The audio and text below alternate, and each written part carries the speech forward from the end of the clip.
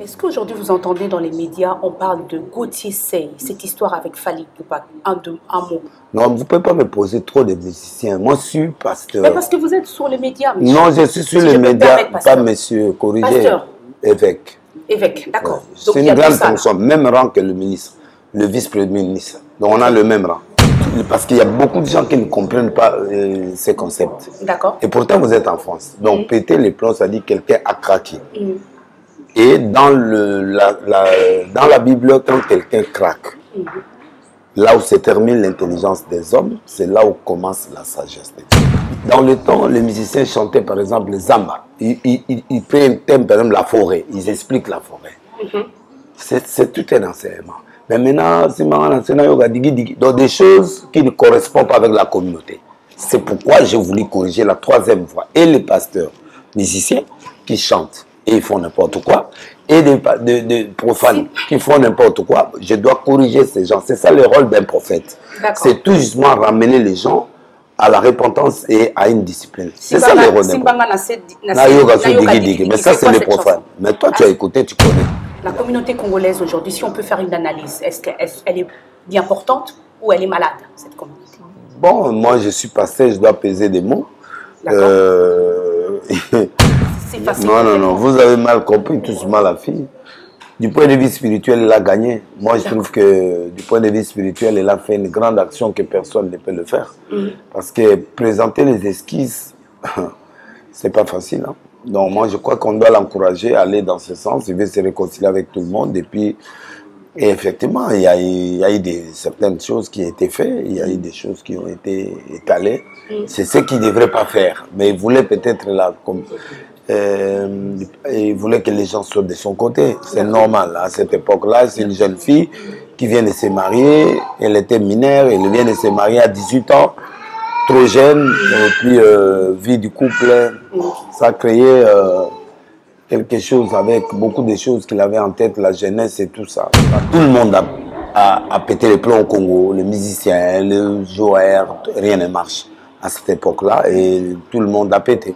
Alors, au lieu de faire n'importe quoi, réconcilie-toi avec Dieu et va chercher Dieu et tu auras la paix. D'accord, donc en gros, vous avez chanté cette chanson. Non, c'est tout un album. C'est tout un album avec 16 chansons. Bonjour, bienvenue. Donc, je suis Arlette et ses amis. Nous nous retrouvons ici à Paris, précisément dans un hôtel, avec un grand monsieur de la communauté congolaise. Je pense que vous me connaissez. Je suis pas mal dans les plateformes Facebook, Instagram. Arlette et ses amis, vous me trouverez. Aujourd'hui, je me retrouve avec un grand homme, donc qui est le pasteur Denis Lessy, qui est avec moi, que j'ai croisé justement. Le but de cette émission, c'est de pouvoir parler un peu de lui. Qui est-il et qu'est-ce qu'il fait là en fait? Parce qu'il y a 2 jours, on l'a vu encore au Congo, mais on le retrouve ici. C'est comme si à Pumbwe en fait. Donc on va en parler. Bonjour pasteur Lessy, comment ça va? Ouais, ça va, mais je vais un peu corriger parce que je ne suis pas pasteur. D'accord. Dans le 5 ministères, il y a l'évangéliste, le pasteur, le docteur, le prophète et l'apôtre. Mais moi, je suis prophète. Mais dans les fonctions que je joue actuellement, je suis avec le président des églises de réveil réformées au Congo. C'est-à-dire, je suis pasteur de pasteurs. D'accord. C'est marqué dans la Bible quelque part? Oui, ça se trouve dans la Bible. Dans quel verset, s'il vous plaît? Non, dans Tite. Tite, à partir du 7. Chapitre 1er, verset 7 en bas. Un évêque, c'est une sentinelle. C'est-à-dire, c'est quelqu'un qui gère le peuple, qui gère l'église. C'est ça le mot évêque. Bishop en anglais. Donc je ne suis pas au-dessus, je suis le responsable de pasteurs, d'autres pasteurs. D'accord. Et en même temps, vous êtes chanteur. Et d'autres évêques. Et en même temps, vous êtes chanteur. Je ne suis pas chanteur. Et pourquoi vous chantez alors? Non. C'est quoi encore la chanson? Dites-moi. Non, tu peux chanter sans être musicien. Tu peux chanter parce qu'il n'y a aucun ministère du chant. Ça n'existe pas. Donc, ce sont des grâces que Dieu donne à chacun de nous. D'accord. Je peux entendre un peu la chanson Pétage, ça veut dire... Non, mais pétage, je vais dire tout simplement péter les plombs, qui veut dire là où se termine l'intelligence des hommes. Non, tu poses une question. Il faut que... Parce qu'il y a beaucoup de gens qui ne comprennent pas ces concepts. D'accord. Et pourtant, vous êtes en France. Donc, péter les plombs, ça dit que quelqu'un a craqué. Et dans la Bible, quand quelqu'un craque, là où se termine l'intelligence des hommes, c'est là où commence la sagesse de Dieu. Je voulais tout simplement montrer que là où tu es, là où tu craques, il y a au-dessus de cette histoire-là, il y a une réponse. C'est Dieu. C'est pourquoi j'ai intitulé cette chanson-là « Pétage ». Ça dit, je coupais ça en cours pour dire que c'est du pétage. C'est un mot qui veut dire tout simplement que quelqu'un a pété le plomb, quelqu'un ne peut plus supporter la vie qu'il l'amène. Tout le monde a pété le plomb au Congo, les musiciens, les joueurs, rien ne marche à cette époque-là et tout le monde a pété. Alors, au lieu de faire n'importe quoi, réconcilie-toi avec Dieu et va chercher Dieu et tu auras la paix. D'accord, donc en gros, vous avez chanté cette chanson. Non, c'est tout un album. C'est tout un album. Avec 16 chansons. D'accord. Donc ça veut dire que cette chanson-là, c'est pour montrer que la communauté congolaise a pété les plombs, en fait. Non, pas seulement la communauté. Tout le monde. Donc, tout le monde dans le monde. Parce que nous sommes dans le dernier jour. Il y a des signaux sont déjà là. Il faut que les gens s'approchent de Dieu, mais à ma manière, j'ai fait passer le message à ma manière. D'accord. Vous êtes pour Fally ou Ferré? Je suis un pasteur. Je ne peux pas être pour quelqu'un. Parce que vous avez quand même, vous êtes positionné dans la... Non, je ne suis pas positionné. Tous sont mes enfants. Ferré, sa maman a pris dans mon église. D'accord, ok. On a commencé l'arche avec elle. Elle est ici à Paris. D'accord. Et Fally, c'est mon petit de même côté. On vient de même contrée, en fait. Okay. C'est un petit qu'à moi, aujourd'hui que Dieu a élevé. Je les supporte chacun, mais ça dépend. D'accord. On a vu dans la communauté aussi cette histoire avec Péniel. Vous êtes aussi son père, en fait. Non, je ne suis pas son père. Son père est mon ami. D'accord. C'est un pasteur. D'accord. Alors, Péniel est venu à qui il voulait que je puisse l'aider pour s'intégrer par rapport aux commandes qu'il faisait sur ses habits. Donc, il avait fait une marque à elle et c'est pourquoi je l'ai soutenu. C'est comme ça qu'on s'est rapprochés. D'accord. Et qu'est-ce qui se passe dans le réseau? Du jour au lendemain, elle a changé de camp. Non, elle n'a pas changé. Il n'y a pas longtemps, justement, elle nous a fait montrer qu'elle a été violentée, la coupable ou la victime qui devient coupable par la suite. Parce qu'on ne comprend pas. Pourquoi ce pardon aujourd'hui? Bon, le pardon, c'est une puissance qui libère. Ça dit que il était l'ex de Mike Alambay. Ben, écoute, il y a toujours des crises dans des mariages partout. Ils ont passé des moments de crise, c'est normal, ils se sont échangés à la télé, ils se sont dans les réseaux sociaux. Bon, maintenant qu'il a repris, parce qu'il avait abandonné l'église, ni l'église de son père. Maintenant, il a repris l'église, la conscience est là, il y a des choses qui étaient des débordements, mais il a demandé pardon à tout le monde pour qu'il puisse être en harmonie avec elle-même, avec Dieu. Donc, en gros, elle a bien dit, tout ce qu'elle avait dit auparavant était du mensonge, en fait. Pas du mensonge, elle était malade, elle est bipolaire. Ah, elle est bipolaire. Elle était bipolaire, elle suivait des traitements. C'est quoi la bipolarité en fait? Pardon? C'est quoi la bipolarité? Ça dit quelqu'un qui peut changer à tout moment. À tout moment. Donc on a un problème psychologique, si oui, je mais elle s'est déjà traitée, maintenant elle est très suivie psychologiquement? Oui, elle a été suivie et puis elle a pris le médicament. Est-ce que la guérison, c'est tout de suite ou c'est dans la guérison, il y en a des sortes. Il y a la guérison divine, il y a la guérison du médecin. D'accord. Dieu l'a aidé et puis le médecin aussi l'a aidé. De quoi qu'il a double guérison, c'est mieux. Et qu'est-ce que tu as pensé justement de ce qu'elle disait? Moi, j'ai aimé le pardon. D'accord, parce qu'on voyait, j'ai vu, parce qu'il y a des représailles. Une fois qu'on parle, après il y a des représailles, on a vu bien que c'est du mensonge ce qu'elle dit. Non, elle n'a pas dit des mensonges. Tu peux parler la vérité, mais avec brutalité. D'accord, ok. Ça, c'est une autre dimension. Tu peux parler à quelqu'un, tu veux corriger quelqu'un ou tu veux t'exprimer, mais tu parles mal. Ça devient offensant. À ce moment-là, ça perd le sens. D'accord, donc aujourd'hui, elle va se remettre en couple avec Mike? Non. Elle a demandé pardon parce que je lui ai demandé de laisser ses enfants à Mike qui était responsable. Elle a laissé. Elle ne veut pas rentrer avec Mike. Mais si que Dieu fait un miracle, ce n'est pas un problème. C'est pas un problème. Mais est-il qu'elle a fait ce pardon-là par rapport à sa conscience? D'accord, ok. Parce que quand on regarde, c'est quand même, moi je trouve ça un peu culotté, si je peux me permettre, de sa part, avec tout ce qu'elle a relaté sur la violence physique, maltraitance, et balancer des propos en disant que les enfants, que lui, il s'occupait pas des enfants, et que les enfants étaient mis en avant au niveau des plateformes, Internet, Facebook et tout ça. Et aujourd'hui, elle fait comme si, genre, rien n'a été en fait. Rien n'a existé, tout était faux. Comme si notre mémoire doit s'effacer. Non, vous avez mal compris, tous mal la fille. Du point de vue spirituel, il a gagné. Moi, je trouve que du point de vue spirituel, il a fait une grande action que personne ne peut le faire. Parce que présenter les esquisses, c'est pas facile. Hein. Donc moi, je crois qu'on doit l'encourager à aller dans ce sens. Il veut se réconcilier avec tout le monde. Et effectivement, il y a eu certaines choses qui ont été faites. Il y a eu des choses qui ont été étalées. C'est ce qu'il ne devrait pas faire. Mais il voulait peut-être il voulait que les gens soient de son côté. C'est normal. À cette époque-là, c'est une jeune fille qui vient de se marier. Elle était mineure. Elle vient de se marier à 18 ans. Trop jeune. Et puis, vie du couple, ça a créé quelque chose avec beaucoup de choses qu'il avait en tête, la jeunesse et tout ça. Ça a bousculé dans sa tête. D'accord. Vous êtes là pour l'album? Vous êtes là pour votre... Non, je suis là. Je suis un pasteur, d'abord un serviteur de Dieu. D'accord. Donc c'est quoi votre rôle ici? J'ai beaucoup de rôles. D'abord, je suis un homme d'affaires parce que j'ai des chaînes de télévision, j'ai beaucoup de choses, j'ai des entreprises. Donc vous mettez en avant un peu, vous mettez de côté Dieu, mais vous mettez en avant... Là, vous modifiez. Vous êtes en train de modifier. C'est vous qui me posez la question. Je vais vous expliquer. Parce que vous avez dit quelque chose. J'ai dit, j'ai 4 missions quand je suis venu faire ici. Je passe d'abord pour les États-Unis. Donc, le 13, je vais aller aux États-Unis pour 1 mois. J'ai voulu passer par l'Europe pour que je traite certains dossiers que j'avais. Et puis, m'amener mes enfants en vacances. Et puis, les enfants sont rentrés avec leur maman. Donc, moi, je suis resté pour 2 ou 3 choses à faire. Par exemple, les prêcher. Et puis, parler avec des hommes de Dieu. Faire autre chose. Avoir des négociations pour mes entreprises. Voilà, il y a beaucoup de choses. C'est d'abord Dieu. Je suis d'abord évêque. Je suis évêque. Je suis reconnu par mon pays. Et puis, je suis qualifié pour ça. Je gère plus de 10 000 plateformes. Donc, pour toute la République démocratique du Congo. Donc, quand une plateforme veut dire, il y a à l'intérieur plus de 2100 églises par plateforme. Donc, je gère une grande partie de la population congolaise. Waouh, ok. Et quel est ton point de vue, vu que tu viens du Congo? Est-ce que tu peux nous donner ton point de vue? Qu'est-ce que tu ressens de cette communauté?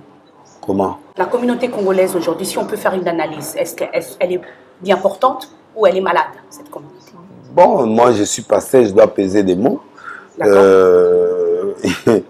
Il y a toujours des problèmes dans chaque communauté, même dans le pays développé. Ici, je vois des marches, je vois aussi des choses qui ne marchent pas. Même aux États-Unis, j'ai fréquenté les États-Unis aussi, il y a des choses qui ne marchent pas. C'est-à-dire, partout, dans chaque pays, il y a toujours des problèmes. Les Africains, nous avons été beaucoup exploités par les Occidentaux ainsi que les autres. Bon, c'est normal, maintenant, ils commencent à prendre conscience. Et petit à petit, il y a la renaissance, il y a quand même des gens qui prennent conscience. Mais il y a d'autres qui sont encore en rêve, ils sont exploités, mais c'est ce qui est en train de se passer. Bon, je crois qu'il y a quand même une évolution au Congo, il y a maintenant des petits changements qui montent petit à petit, mais ce n'est pas encore signifiant. Mais ça va aller. Okay. Avec beaucoup d'efforts, de volonté, on peut faire beaucoup de choses. Vous êtes guéri? De quoi? Vous êtes guéri, vous étiez malade? Parce qu'à un moment donné, quand on regarde dans les plateformes, on parle de votre peau. Non, je n'étais pas malade. Moi, vous avez dit justement, vous avez été trempé dans l'eau chaude. Oui. C'est quoi cette histoire? Bon, mais j'ai déjà expliqué, il faut que je reprenne. Si je peux me permettre, parce que ça se dit... Je suis obligé? Non, vous n'êtes pas obligé. Je vous laisse la... Donc, il y a une veuve qui était dans mon église. La veuve son mari était mort. Il lui a laissé, je crois, 48 livrets parcellaires. D'accord. Alors, le monsieur avait 4 ou 5 autres femmes et la famille. Alors, quand il est mort, il priait chez moi. Et à ce moment-là, elle est venue me confier ça. Il m'a dit non, négocier avec la famille. Au lieu qu'il puisse, la justice est claire, c'est moi. D'accord. La femme légitime, j'ai le droit à tout ça. Mais comme ils pleurent, ils ont des problèmes, je peux partager avec eux, je prends la moitié, je leur donne la moitié et puis négocie. C'est comme ça que j'ai parlé avec la famille. D'accord. Alors la famille, maintenant, qu'est-ce qu'il a fait? Mes gardes-corps, ils ont payé l'argent, 20 000 en négociant, ils ont payé 20 000 $ à mes gardes-corps. Ils étaient 2. D'accord. Ils ont volé la valise où je mettais les choses. Ils ont amené dans la famille. D'accord. L'autre famille là. Okay. C'est comme ça, ils sont partis à la police de dire non. Quand on a 40, c'est comme ça. C'est qu'il y en a d'autres. Et lui, il a caché. Arrêtez-le. C'est comme ça qu'ils sont venus m'arrêter. J'ai dit, j'étais négociateur. Et c'est comme ça qu'en me tapant, ils ne trouvent pas de solution parce que c'est ce que j'avais. C'est comme ça qu'ils m'ont plongé pour les tortures, ils m'ont plongé dans l'eau chaude. D'accord. Et ça, je suis parti en prison. Mais ça je ne dormais pas. Au Congo, c'est ça? Oui, au Congo, oui, à Matete. En quelle année, s'il vous plaît? Oh, je n'ai plus l'idée, mais c'est à l'époque de Mobutu, c'est trop loin. Et à partir de là, je suis parti en prison. Et quand ils ont trouvé que j'avais raison, on m'a fait sortir. Mais mon père était aussi, un oncle était juge. C'est ainsi qu'on m'a fait sortir pour avoir le traitement. J'ai pris le traitement, mais il y avait des démangeaisons, il y avait toujours un problème de peau. Alors, c'est comme ça que je suis parti aux États-Unis. Ils m'ont soigné et puis je suis revenu à Kinshasa. Il y avait une fille, Sarah Likoko, qui a étudié ici en France. D'accord. Et qui a fait le relais et elle a travaillé avec moi. Et voilà, on est dans le processus. Maintenant, je sens que tout est arrangé. Toutes les tâches sont parties et puis tout ce qui dérangeait commence à partir. Maintenant, on est au moins à 80% de réussite. D'accord. Si je vous parle de la dépigmentation, signifie quoi? Non, tu ne peux pas me poser la question. Mais parce que les gens se demandent, est-ce que vous utilisez des produits éclaircissants? Je n'utilise pas. Moi, mon père, il avait un grand-père métis. Donc, mon père était de couleur. Son père, son grand-père, je crois. Mais il est clair. Et ma mère aussi était claire. Donc, toute ma famille est claire. Je vais dire bonsoir à Nissa Lessi. Je te salue. Ouais. D'accord, ok. C'est ma nièce. D'accord. Et en 2 mots, quand on parle de Denis Lessi, on voit quoi? Ben, c'est un grand prophète. C'est lui qui a fait l'histoire au Congo et dans le monde entier. D'accord. J'ai prêché dans le monde entier. Ici à Paris, j'ai fait toutes les grandes églises de Paris. J'ai prêché à Londres, j'ai prêché même dans des pays musulmans, l'Égypte, des pays comme le Maroc, j'ai prêché en Afrique du Sud, dans toute l'Afrique presque. Au Congo, j'ai fait tous les stades. Je ne sais pas, j'ai fait Brésil, j'ai fait États-Unis, j'ai fait Angleterre, j'ai fait presque le monde entier. J'ai fait 4800 croisades dans le monde. Waouh! Donc vous êtes icône là. Mais je suis parmi les pères du réveil au Congo, je suis parmi les gens qui ont amené aussi une part. Moi, j'ai amené la grâce prophétique à la télé.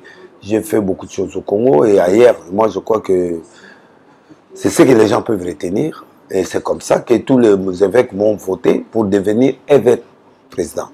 C'est eux qui m'ont voté. Et le pays a sanctionné ça par un arrêté présidentiel, oui, ministériel et présidentiel. Est-ce que vous entendez dans les médias... Un arrêté ministériel. D'accord, excusez-moi de vous couper. Est-ce qu'aujourd'hui vous entendez dans les médias, on parle de Gauthier Seye, cette histoire avec Fally Ipupa, un mot? Non, vous ne pouvez pas me poser trop de musiciens. Moi, je suis pasteur. Mais parce que vous êtes sur les médias, monsieur. Non, je suis sur les médias, pas monsieur, corrigé. Évêque. Évêque, d'accord. C'est une grande fonction, même rang que le ministre, le vice-premier ministre. Donc on a le même rang. D'accord, ok. Donc, qu'est-ce que vous en pensez de cette histoire, justement? Bon, je ne peux pas entrer dans les histoires de Fally. Je peux intervenir dans certaines émissions pour donner un point de vue, mais je ne peux pas entrer dans sa philosophie avec les autres. Vous permettez, hein, pour que vous ne puissiez pas être gêné. D'accord. Aujourd'hui, vous êtes père de combien d'enfants? Vous avez combien d'enfants? Tu veux entrer encore dans ma vie privée? Parce que quand on parle de Denis Lessi, on ne voit pas que le côté professionnel. On non, voit mais le côté famille. Vous le mettez aussi en avant. Non, je n'expose pas trop ma famille, mais j'ai 5 enfants si tu veux être informé. Jonathan, Joas, Siméon, Grace et puis Blessing. D'accord, ok. Votre point de vue, vous êtes arrivé en France, si je ne me trompe pas. Je ne sais plus s'il y a 2 jours ou 3 jours la semaine dernière. Ça fait une semaine et demie, oui. Et comment vous avez pensé de la communauté, un point de vue en fait, de l'accueil, de tout ce qui s'est passé? Non, ça va, on m'a bien accueilli par 2 pasteurs. L'autre, il est là, il a une grande église ici. On m'a accueilli par des gens du restaurant, je mange gratuitement. On m'a accueilli par les journalistes, je fais des émissions. Et puis la communauté est d'accord avec moi parce que moi je suis franc, moi je suis direct, je suis vérité. Pétage, c'est quelqu'un qui a géré. Non, je ne peux pas. Non, je peux pas. Vous ne pouvez pas? Vous avez une belle voix? Non, j'ai une belle voix, mais je ne suis pas dans une émission musicale, donc... Non, mais vous mettez en avant votre personne. Non. C'est aussi l'objectif de mettre aussi... L'album n'est pas encore sorti, je ne peux pas faire trop de trucs avec ça, non. Ça, une semaine, ça va sortir, les clips vont sortir. Ah, vous avez fait des clips? Oui. Est-ce qu'un pasteur a le droit de faire des clips? Oui. Un pasteur. Moïse, il chante, non? Dans quelle Bible? Moïse, il chante, non? Quel Moïse vous parlez? Bien. Moi, je ne chante pas les profanes, moi. Vous êtes en train de confondre. Je suis afro-pétage, c'est un rythmique qui a mélangé l'Afrique avec un peu de rythme international. C'est ça l'afro-pétage, en fait. D'accord, l'afro-pétage. Donc, oui, c'est une création. Moi, Dieu nous a donné le pouvoir de créer. D'accord. Nous continuons à créer. D'accord. J'ai une autorisation des personnes pour chanter. Donc, je donne des leçons à ma manière. Dieu parle tantôt d'une manière, tantôt d'une autre. Il y a plusieurs façons de faire passer un message. Donc, il y a des chansons, par exemple, c'est une chanson qui donne leçon. Mais aujourd'hui, le musicien chante trop de bêtises. C'est pourquoi j'ai voulu corriger cette histoire-là. D'accord. Tu comprends? Donc, on doit donner des conseils. Dans le temps, les musiciens chantaient, par exemple, les zamba. Ils prennent un thème, par exemple, la forêt. Ils expliquent la forêt. C'est tout un enseignement. Mais maintenant, c'est donc des choses qui ne correspondent pas avec la communauté. C'est pourquoi j'ai voulu corriger la troisième voix. Et les pasteurs musiciens qui chantent et ils font n'importe quoi, et des profanes qui font n'importe quoi, je dois corriger ces gens. C'est ça le rôle d'un prophète. C'est tout justement ramener les gens à la repentance et à une discipline. C'est ça le rôle d'un prophète. Mais ça, c'est les profanes. Mais toi, tu as écouté, tu connais. De la communauté. D'accord. Moi, j'écoute un peu de tout. Hein. Je n'ai pas de particularité. Non, mais moi, j'écoute de tout. Dans ma chaîne de télévision, partout. Ah, vous avez une chaîne? J'ai des chaînes de télévision. Une internationale, l'autre chaîne, c'est une chaîne nationale. Voilà. Vous avez une association, pasteur? Pardon? Vous avez une association parce que vous parlez de... Quelle association? Si je peux me permettre. Comment vous venez en aide? Oui. Est-ce que vous venez en aide? Parce qu'aujourd'hui, quand on voit des pasteurs, vous êtes tellement bien lotis, si je peux me permettre. Et qu'est-ce que vous faites avec les chégués, par exemple? Qu'est-ce que vous mettez? Je vais te donner un exemple, tu peux te scandaliser. J'ai 4 enfants que j'ai pris des zéros. Ils ont terminé toutes les universités en Tunisie, l'autre en Algérie, l'autre au Maroc. Ils sont aujourd'hui dans des fonctions publiques. Je les ai pris trop bas et c'est ce que j'ai fait d'habitude. Et vous continuez dans Je continue sans crier sur le toit. D'accord. Vous avez dit quelque chose tout à l'heure, vous avez dit « je suis honnête, je suis franc ». Parce que... vous entendre parler, c'est comme si c'est un pays des bisounours. Tout le monde va bien, tout le monde est beau, tout le monde est gentil. Est-ce qu'il n'y a pas de faille quelque part? Chez moi? De tout ce que vous avez dit, parce que tout est beau. Non, je ne mens pas de toute façon. Vous ne mentez pas? Non. Délile, je vais dire vérité. Ah, c'est en quelle langue? Ça dit, je m'identifie à la vérité. Les Congolais savent ça, que je ne mens pas. Si j'ai commis une erreur, je m'excuse publiquement. Il n'y a pas de problème. Ça dit, je ne mens jamais, dans le sens que je ne peux pas... Je n'ai pas un double discours. D'accord. Pasteur, tu prends un peu du vin? Oui. Pasteur, tu as fait ça? Oui. Pasteur, est-ce qu'il y a... Si je l'ai fait, j'assume. Donc, vous prenez du vin, c'est écrit où dans la Bible? Il y a aussi nulle part dans la Bible où c'est écrit. Donc, ça veut dire que vous rajoutez, parce que la même Bible... Je ne rajoute pas, madame. La même Bible dit... Je ne rajoute pas. Oui, tu ne connais pas la Bible. Je suis docteur en théologie. D'accord. Classique, et puis je suis dans le peuple. Et justement, je vous pose la question. Le vin en question que vous prenez... Si tu m'avais dit j'allais amener la Bible dans Éphésiens, j'allais vous dire, ne vous enivrez pas de vin. Donc ça veut dire qu'on a... Ne vous enivrez pas. Mais on a le droit de boire. Oui. D'accord. On a le droit de boire, mais il y a des nuances. Il y a des gens, par exemple, tous les grands hommes que Dieu a établis, il leur a donné des interdits. Samson ne prend ni alcool, ni vin, ni quoi. Ne terrasse pas. Ça dit, il y a des gens qui ont des interdits. Ces gens-là, ils ne peuvent pas toucher. D'accord. Mais si tu n'as pas d'interdit de ça, l'excès de boire, c'est pas bon.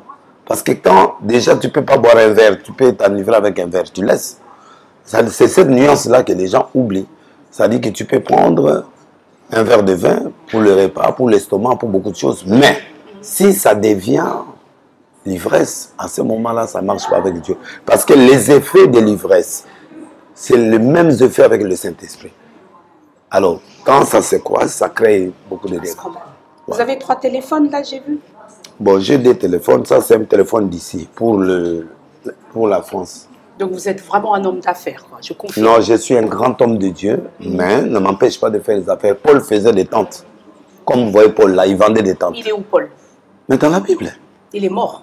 Oui, mais il faisait des affaires. Est-ce qu'on a des preuves déjà qu'il est décédé? Oui, oui. Il est mort où? Il est mort. Non, là tu veux m'amener dans un débat païen. Je ne suis pas là.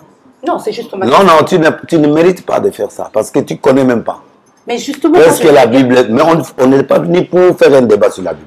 Non. Si tu m'avais invité pour faire un débat sur la Bible et les origines de la Bible, j'allais t'amener en grec, en araméen, en hébreu, en tout ça. D'accord. Mais là, tu es profane en ça. Comment tu peux Non, c'est juste ma question. Bon, mais toi, tu ne peux pas maîtriser ça. C'est trop fort. Parce que je peux aller à Torah, tu ne connais pas la Torah. Tu ne connais pas ces choses-là. Méfiez-vous, monsieur. Non, vous ne mais savez pas attends. qui vous avez fait. Non, non, je vous connais. En fait, moi, j'essaye juste... Avant que je puisse te poser des questions, tu puisses t'accepter, je dois t'étudier d'abord. D'accord. Okay. Savoir qui tu es réellement et puis voilà.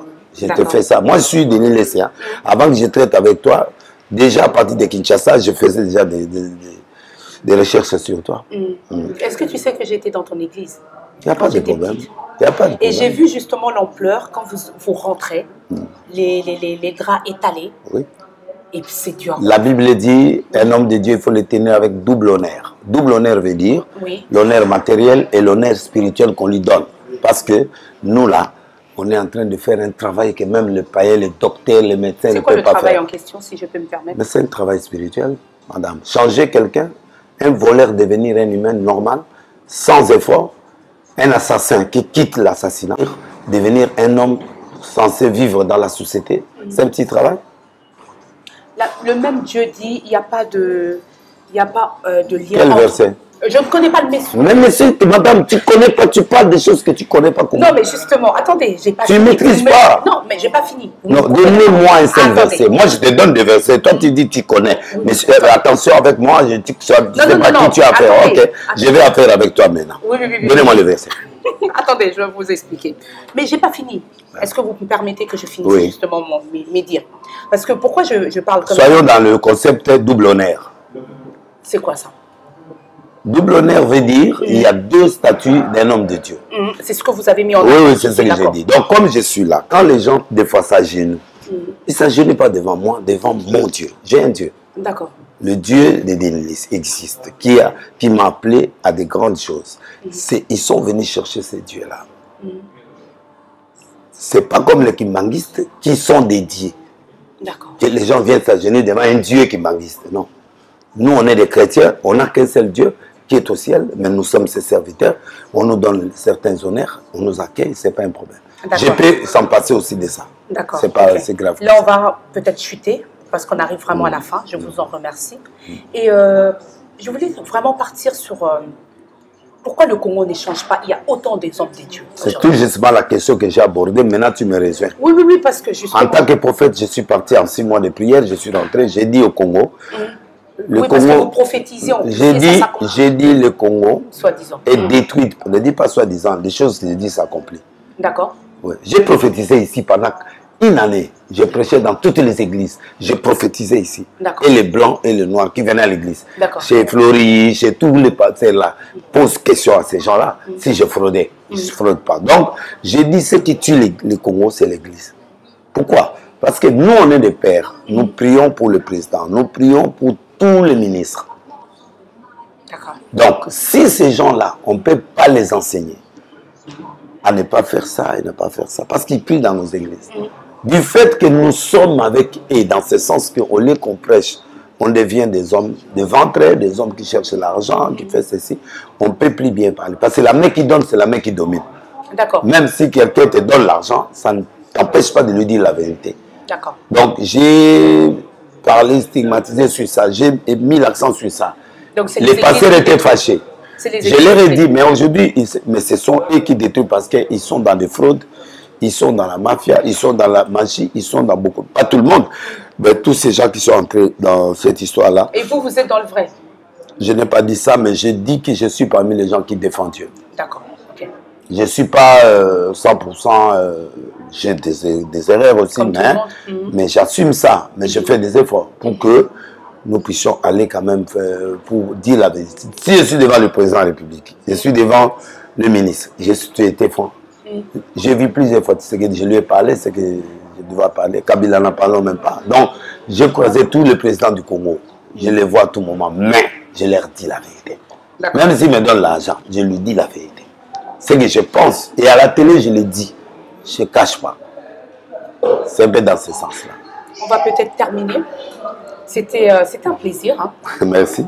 C'est un plaisir. C'est que j'ai retenu. Oui. Je ne suis pas n'importe qui. Ah bon? Ça va. J'ai dit, mais finalement, j'ai affaire à un extraterrestre, mais là. Pétage. Oui, est-ce que tu es dans le pétage? Oui. Pétage. Non, mais vous connaissez. Oui, mais vous connaissez beaucoup de mes chansons, non? Non, mais. La chanson du mariage, par exemple. J'ai chanté aussi pour un monsieur qui a construit 1000 maisons pour des pauvres. Il la paix du cœur. Donc il y a beaucoup de chansons comme ça. J'ai chanté pour Dieu. Mais un monsieur là, oui, ça dit dans la Bible, même Tabitha, on l'a honoré. D'accord.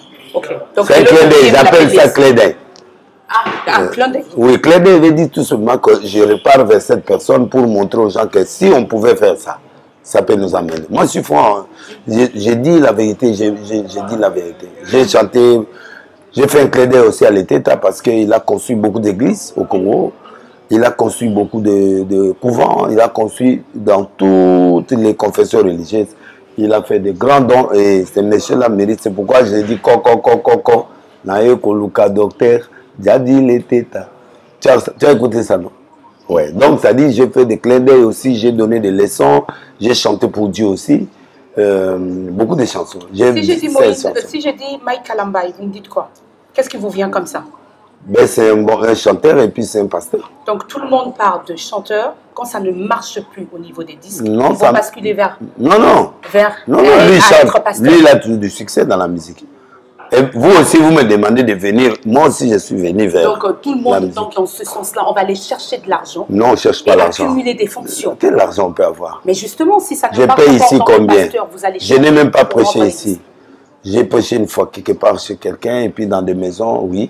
Mais je n'ai pas été béni par l'église. J'ai été béni par Dieu. Avec des sacrifices que j'ai faits dans nos vies. Les gens se trompent. Hein. Ce n'est pas dans les offrandes qu'on a l'argent. On a l'argent.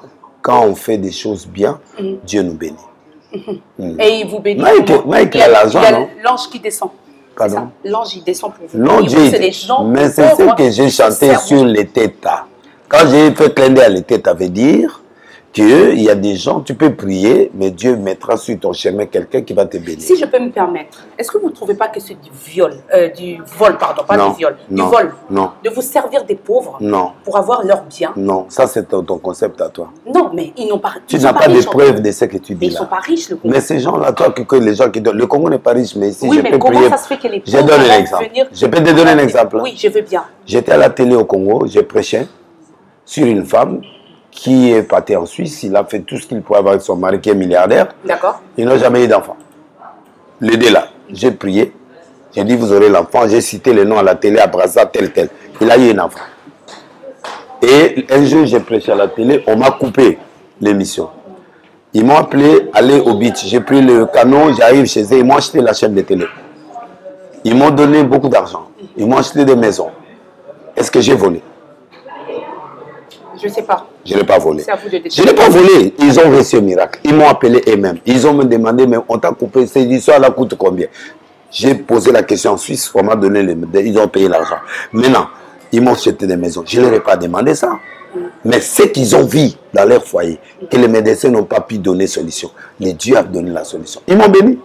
C'est comme ça que nous, on est bénis. Est-ce que vous avez des Obabenga Libanga à dire aux gens? Est-ce que vous voulez... Oui, je salue Kokobar, qui est à côté de moi. Je salue Blaise Mazambi. Je salue Tarsis Boka. Je salue gouverneur Mbaka. Je salue Maître Churambomba, l'imbattable, Maître Cobra. Je salue le caméraman et la journaliste extraordinaire.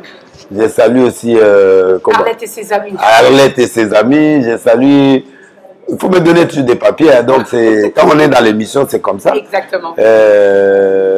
Wizy, je crois que c'est ça. Et puis, le manager, je le salue aussi. Je salue Papa Mbosso. Je salue Alingete, le patron de l'IGF, avec son adjoint, que Dieu les bénisse. Et puis, je salue tous ceux qui me soutiennent. Et ceux qui croient en moi, que mon Dieu vous soit favorable. Merci, merci pasteur. Nous allons dire merci justement à Fallon Kilolo. Oui, Fallon Kilolo, il est à Luanda. On le fait un clin d'œil. La petite sœur justement du Oxy, du grand réalisateur. Karine Betty en Allemagne. De Box Brothers, donc à Londres, la chaîne avec qui je travaille. J'ai vu la Nissa qui m'a appelé aujourd'hui. Hein. Ah, c'est toi qui as parlé avec elle. Je n'ai pas pris le téléphone, je savais que c'était toi. Nissa, on te salue. Jocelyne, je te salue aussi et suivez-nous. Merci. Bienvenue et merci encore. Oui, j'aime ton émission. Tu es quand même courageuse et puis tu fais bien ton émission. Félicitations. Merci. Continue dans la... Tu fais peur des fois. Merci.